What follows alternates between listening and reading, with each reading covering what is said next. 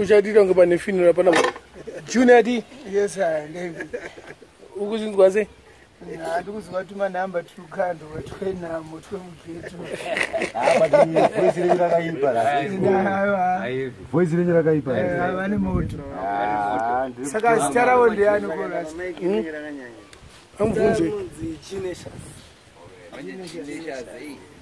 ende munogarepi ndatouya manje ndatazochiuya manje ndiri paHotonburg mazana ndiri kunwa ndiri kumbare unoziva kuti kuno kunonzi chii Junet mutaure Mbare Park no old Houghton Park old Houghton Park saka utori muHoughton Park nditori bokuno ka extension kwa Freestyle takazongodobwawo kwese vanguri mahuswa vana na waterfalls usaochiona kune nyoka usambosangana nadzo usambosangana nenyoka right kuno kwatisina nyoka ndo kwakatanga kugadzirwa Houghton Park yes saka une maalbums ere shamwa so pandane ndangapesa kuti lately ndinonzi Love Codes ndori nezimazidzana ndichitoimba dzese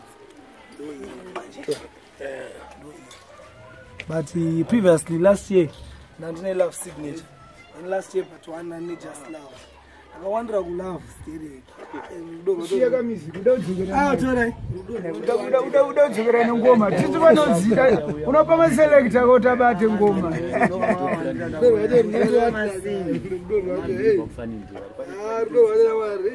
saka waine one CD andine mamwe ari mumota eita upase bhozi ndokutopasa music yacho bhozi munhu akaita yake acharidziro mwe munhu munotokaiwana kupi ndiani akaimba zvakutoenda mberi akawanda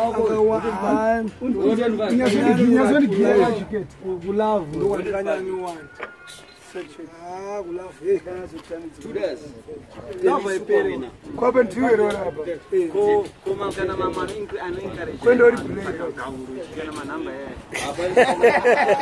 hanzi kuenda uri black shamwari pakava ndakasvibiswa nemunhu akagadzira stili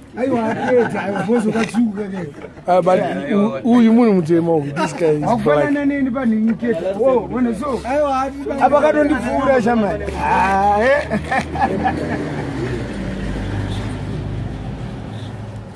rudo ndowandiyanyanya but munoita mashozi kangani pagore mujamani ndakatanga 2017 ndoba ndikatanga actually ndikutira kubuilda band sandikutenga instruments through basa rako reboiler making iyo refitting and turning fitting and turning ndikutenga wane chii so far ndane maguitars ndane acoustic lead nebass nedrum set ndoda kutira kubuilda band rakati kure rakati andisikuda mabhend aya atajaira kuti aringangori 1 3 tido pane munhu wepercussion anenge ane makonga ake ane machimes ake sound nyatso the real thing saka ndinongoya ndichingoroka kana vaona katango kauka kana kaubeika ndikoti ngoma ndokwira ndege nyinoroeka zvinekakura zvinoya dzakakurongeka zvinokakurongeka kutange Trevor wo anenge ane basket repercussion kana show ya gentleman unoona pailonja paMTV lab but the guys vanga especially percussion sound iri live iri more appealing not or even in as an artist not more live kudarika kusanza city ini ndakazviona pana Mbeu ini he is more appealing ari pastage than parecord yes Mbeu hey this like ndoma langoenda kushoba Mbeu kunotaura kuchema chete ndichema Jamu ndichemera ndo varinozwari anonakirwa nekuchema anoimba Mbeu anoimba kana drama wake anogona chidzomba aga abdira but iye anochema uka mablangu chidzomba yamboridzira matarus man munyamatarus munyamatarus vanofana ati sagurumwa na tu alright saka mese mi practically mukugurumwa na tuku kai tingangoti tigumana tubozi ndiye watinonyanyotarisa bozi kana tinotonga ndiye watinonyanyotarisa kuti is an artist achieve a certain level plus arikubatsirawo vamwe vadiki. Saka mune muzviro muri pakare paye. Okay, saka patoni school of music ndikanoti munongonopenga zvenyu muri mega muri mu. Ndingati school of music but pane nzvimbo yekuti unokwanisa kupracticira zvaunongoida kudzidzira plus unongone mavoko coaches vanenge varipo. Saka ichikoro saka itori chikoro kana pana ari tokufundisa chikoro panoti ongozvikonga kadaka ava unongoteera record kana madrums unongoza maearphones uchiridza along uri wega unokwanisa kuita kama kudai. Saka gore ra2018 tikutazirei? Gore ra2018 I think kunana June enda kuita malive chaiwo malive chaiwo. I think ndichambobatana naManix because Manix is one of my artists anoda Manix Shumba. Manix agari Mbare munomire muno. Angara kuwari mpaka. Alright.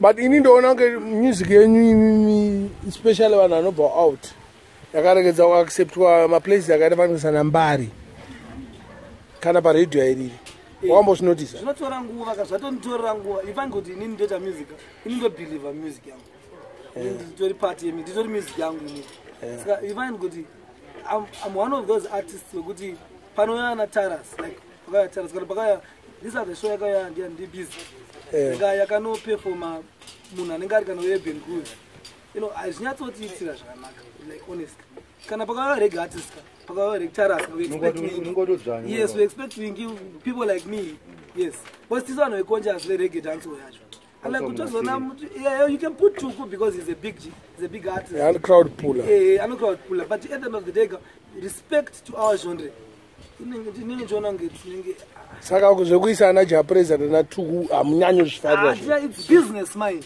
It's for the promoters sake. Yes, because promoter angada out of my but otherwise it's business mind. When it comes to music, promoting an artist, promoting a genre, I believe good. You would expect to see Mbare, a show in your business, no Taras, and I Jakio. Jakio was there. And I'm not saying Trevor good. Trevor no good, he's a good artist, but his R&B so. And for Pana Jakio, we need more emotion, we need deep emotion. We need Bell, we need very emotional, conscious match. Yes. That's what I believe so. But can I imagine? Namokubvunza since ana Star FM nevamwe ana ZFM vakati mofana kuvapa ma hard copy ma CDs enyu. Yes. Technology, we can even send them through the mail. I think it's avasikuda izvozvo. They want a hard disk, but hard disk got already under 3 hard disk. At the end of the day, I'm going to copy some flash with some computer with it. As I know, I'm library. In case you could maybe in the Rasa city, but of which is an artist, I can't let my work slip away. But do you know that 99% of artists in Mbare vana records avo? Vana records avo is in Mercedes. Records ava vakaimba vatomborina. Maybe someone about it.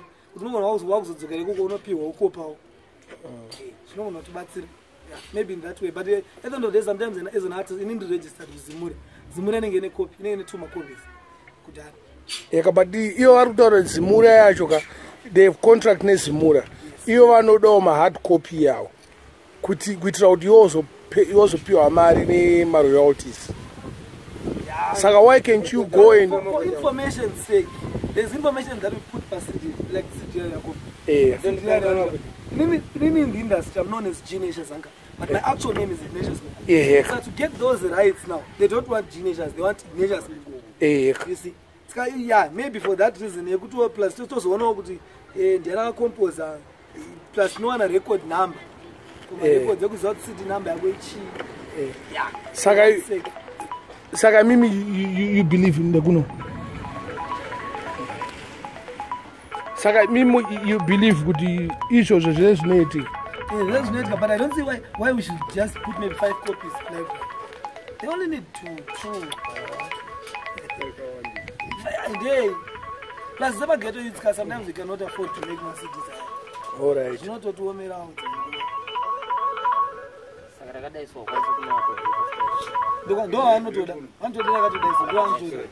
But I'm saying, what's the reason behind giving them 5? Kind of 5. Not 5. 7, not 3. But you know, that is Zimbabwe not 10. That is Zimbabwe not 10. But 10. What I'm going to what I'm going to 10 years, 1 to 10 original copies. I'm a different this is no man got 10. But then they still got the teacher is going to get the music from the computer. Yes, but but nyaya yekutonetsa kapa internet nyaya yekuti imimi vanhu imimi vamwe vari kuti vari kuda mahard copy from local artists kuadavid vanawana David, guys, let's be honest. That music, David can't make a copy to send to Zimbabwe. Let's be honest. He cannot do that. But those guys under my YouTube, they play directly from iTunes, cannot from I don't go to that guy. And this is Panama royalties like now, my royalties are I got 2000 in the Shigo. I mean, 6, 7, and this is yeah, tiri panyaya maroyalties ipapo ka anditika indoisa music upi ini indoisa music papi pa YouTube andi tine vanhu vari kunyebera vanhu kuti vanokwanisa kuwana maroyalties vanoawana kupi what happened is ini ndofonerwa musi wa2 June kana musi wa2 December ndinongonzi yakuzimura ndienda kuzimura ndizokwanisa kunza kuti ndiana kawana mari akawana that record we are not given unongopiwa mari yako pamwe unongosvika kuti ungonzi pamwe unosvika ungonzi pamwe kana kuti $15 yako handikwanise kuramba because handina record so pa every song yavaridza kuti vatoti bari vaiti $5 $4 I don't remember pa every play not for every song pa every play kana kalipula ka 3 ka wandipula ka 3 wakangopula chini wandipula ka wandiridza ka 3 kwa serious it's my work guys sound to produce a song to write a song amana zvakaoma kuti uzokwanisa kuti ndaimba song iwo woiterera uvati mpana kaipo ayo unongwashanda zvinhu zvakaoma ku appreciate so inozopinda muaccount mako unotoona tora iri case tainotora iri case unongwaziya sei let's say panguri panapa iri kutoroka tagara panapa yakuti kuti nini ndinongoenda kuzimura nditi neshas wakaridzwa wobva pabepa rako kane kuti waridzwa kangani wobva calculations acho bva kuzita mari yako you cannot object because hauzive ndakavone 5 drombi ndizvo so unofanira kucheka every month aiwa vanokuudza ivo zvasiyana like probably tane oyos music anditika oyos music vanokupa record kuti waplay pakadai ofuti at the end of the day still and kwanisa kuziva kuti zvitwacho you don't accept because at the moment as maghetto youth you are not getting anything you know how it is in Zimbabwe changokura timozvisi chirombe so that element I think panomona chingori nayo but guys I went to school I did mechanical engineering but I'm still singing winki akaenda chikoro nox akaenda chikoro music is a passion it's a dream ndambokubvunzaiwo something munotengesa mari kuma-CDs eni ndatengesa pasi kokutengesera kwacho ifange kuti kana watotengesa unotengesa wega unotengesa wega ofuichi hauna kupindura mubvunzo ndiani munotengesa ma-CD kana munopa vanhu mahara tinotopa mahara inini saka ndakapa vanhu mahara right inini wakandipa music yako ndakaisa paYouTube am I doing something wrong? No, you are doing something good because you worked hard for your name because ndiri kunyanya odaka pauri pandokupa CD kuti urise paYouTube ifollowing kane yako but wakazondorwa necopyright aiwa azviite kaba azviite ndo zviri kuitika ndofana kuuya kwaurika togara basi akoma onaikai zvakamira zvakadai what do you think you discuss something before you just hit munhu necopyright iwe uri wakamba because ndokamba after the end of the day ndokamba because ndiwaida help guys we are not being played by radio I'm not I've done music I don't know how many tracks over 400 tracks but I'm not that known. But by YouTube you are known. But yes, YouTube. I don't think about following now. You get people calling you because I want something by YouTube. So why would you hit someone in a copyright? Yeah, go to Ata to link with the right people. Because at the end of the day, what you're looking for is the right people at the right time. And let's look at Nyado. I'm not saying Nyado is not a good dance artist. This is one of the best. He's not the best, but he's one of the best guys. But he's at the right place. But ichinzwa manje inini problem yandinayo ka. Is it every time you unondipa song yakho iwe? Kana sometimes dopiwa neshamwari dzako. Sometimes dopiwa neshamwari na producer. Sometimes because kana ndaiisa pa Facebook banga. I don't see anything wrong with you taking it over waiisa. I was getting nothing already, guys. Sakordoti zuko public. Ndungoti izvezvi ndiri pa zero akoma. Nditori pa zero so. Hey, I'm not the one, but how many people do know me? But I'm one of the best reggae conscious artists. But I'm triple zero. So you taking my music, would you publish on YouTube? In personally, I would never hit you for copyright. If I want to hit you for copyright, I've done 3 albums before. You've taken them right and I don't care. Because I approach at the end of the day. If I want my rights, I'll do a new thing, a new song. It's now the Rambo Buddha. I come and do a song and say, we talk over it, but at the end of the day, sometimes triple zero guys. We need that link. That's why Urgona in following yangu. Yes, which you worked for. Hard. Guys. Vanofunga kuti zvakabva nezuro. No. Ende vanhu vacho varikundova nemacopyrights. Aiyo kana even vakudhara handiti ka kuti vaende kunana England kwana kwese kwavakaenda is through me. That link. Sometimes it doesn't really make sense.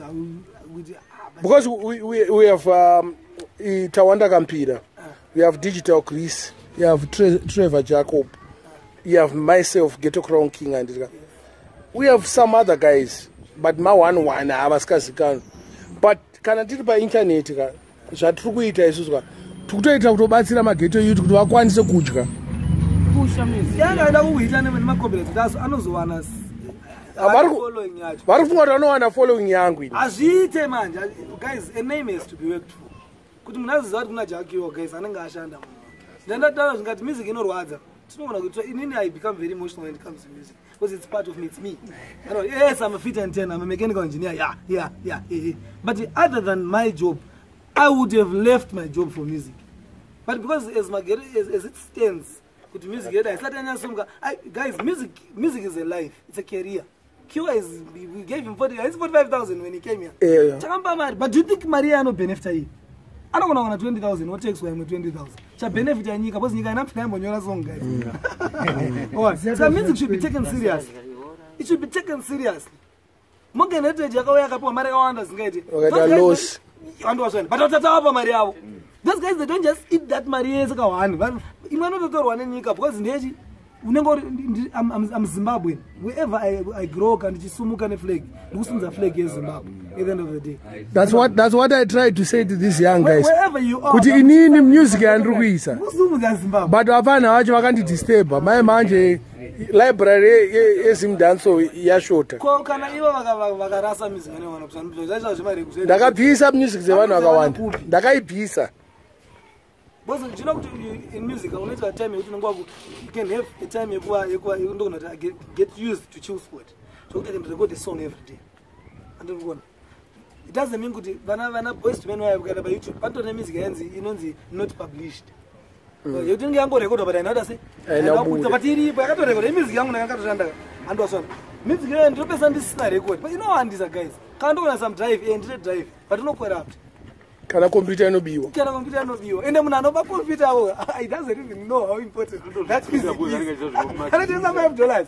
Basa alphamata. Sato bana ukoshe sana. Let's go ngati koshe sana in music industry. Anga toba to understand ana to tonzwisa ndo taurana. Someone ananga kusumudza ka you need to appreciate the person. The only person maybe other than you I can appreciate Mbare muno mudira spombi. Yeah. Do you know that? And it's grown.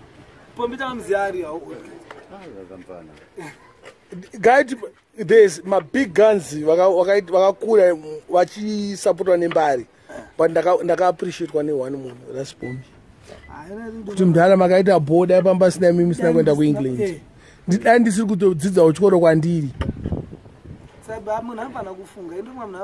maybe tinofuriwa vari kufurirwa nevanhu vari kubva kuengland tinofuriwa nevanhu vari kuengland asingagona kukubatsira asikakwanisa kutomboisa music yacho payoutube haana kana ane one like papeji yake but ndianoati kudza kuti hita macopyright yana macopyright kana tora music yangu from you ndopa munhu anopa copyright sendoma ndiri pachi hazunopiwa maroyalties api from where anokubati mapisa kupira music rate 12 views gore rese views gore rese kamari inini I've done it on my page inini for instance angazokuapproacha ini I've done it on my page iya nokuti vataurira kuti 6 months pandakatora music ndiisa kwangu maviews less than a day less than 4 hours music yane 400 views ndo zviri kudiwa pasi kudiwa kunzwikwa ka nama saka munhu akuita kuti unzwikwe kama appreciate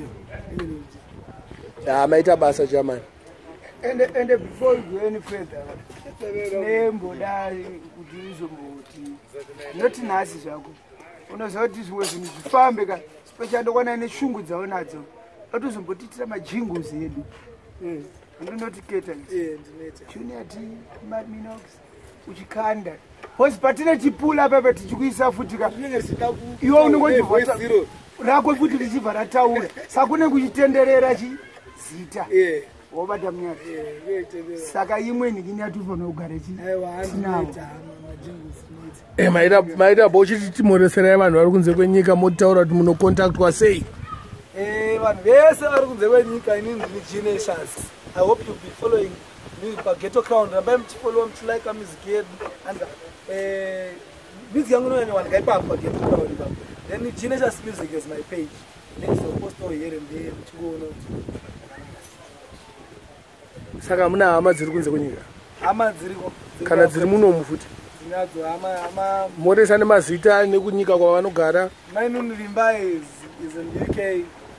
I hope muchandoona ipapa and then my wife and my son I recently had a son Tinashe Tyre. I did a song Just give me a son, yeah. It's all I used to pray for every morning before I sleep, yeah. Just give me a son, yeah. And one thing that I ask from you, my Lord, is make me a father, no. Cause I wanna be more than a father. I wanna be more than a father. I wanna be more than a teacher. I wanna be more than a daughter. Help me just know.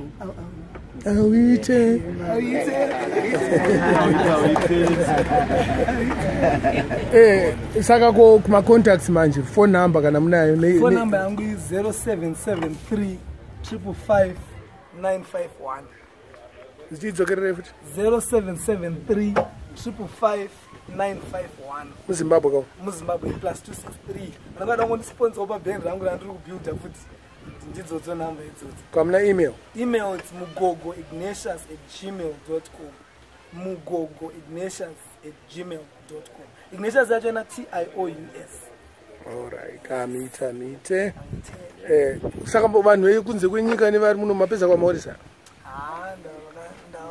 vamwese vari kundiziva kunotona nasilari mnandi carbon contents carbon ndiyanondigadzira madhodha naye malive live instrumentation live like baby relax cause I always pray that I will come back home.